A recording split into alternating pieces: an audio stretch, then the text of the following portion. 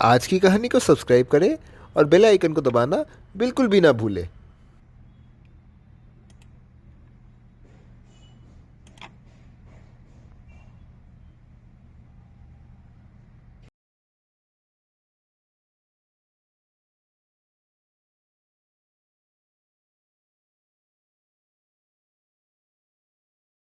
दोस्तों, हमारी पृथ्वी के एक और पर्व पर फिर से आपका स्वागत है। दोस्तों, तो ये है हमारी पृथ्वी, हरी भरी उपयोगी धरती। इस धरती में स्थल है, आकाश है, जल है और सबसे ज़रूरी, इस पृथ्वी में बसती है जिंदगी।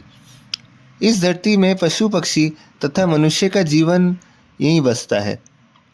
परंतु आप लोगों ने कभी ये सोचा है, जो जिंदगी जल, स्थल और आकाश से मिलकर बना हुआ है, ये जो तीन तत्व है, ये धरती के परिमंडल कहे जाते हैं। तो शुरू करते हैं पृथ्वी के 4 परिमंडल। ये है लिथोस्फेयर, एटमॉस्फेयर, हाइड्रोस्फेयर और बायोस्फेयर। स्थल लिथोस्फेयर होता है, एटमॉस्फेयर होता है आकाश, हाइड्रोस्फेयर है जल और आखिर में है बायोस्फेयर, जो कि इन तीनों का मिश्रण है। ये कुछ इस प्रकार से है। शुरुआत करते हैं लिथोस्फेयर से। जो पृथ्वी का हरा सा इलाका है, इसी को ही लिथोस्फेयर कहा जाता है। ये जो स्थल है, इसकी बनावट एक प्रक्रिया से होती है जिसको टेक्टोनिक ड्रिफ्ट कहा जाता है। इसके बारे में पहले भी एक वीडियो बन चुकी है, आप ऊपर आई बटन पर देख सकते हैं। इसी प्रक्रिया से ही खनिज, पहाड़ तथा जो भूमि स्थल है, उसका निर्माण हुआ है। इस धरती की जो भूमि है, यही वह पृथ्वी का ढांचा है। तो यही है लिथोस्फेयर। अब आते हैं पृथ्वी के दूसरे परिमंडल पर। यह है हाइड्रोस्फेयर, जो कि पृथ्वी का तलीय रूप है। हमारी जो पृथ्वी है, इसका 70% अधिक जल में समाया हुआ है। ये जल विभिन्न प्रकार की स्रोत जैसे तालाब, नदियाँ और सागर के रूप में मिलता है।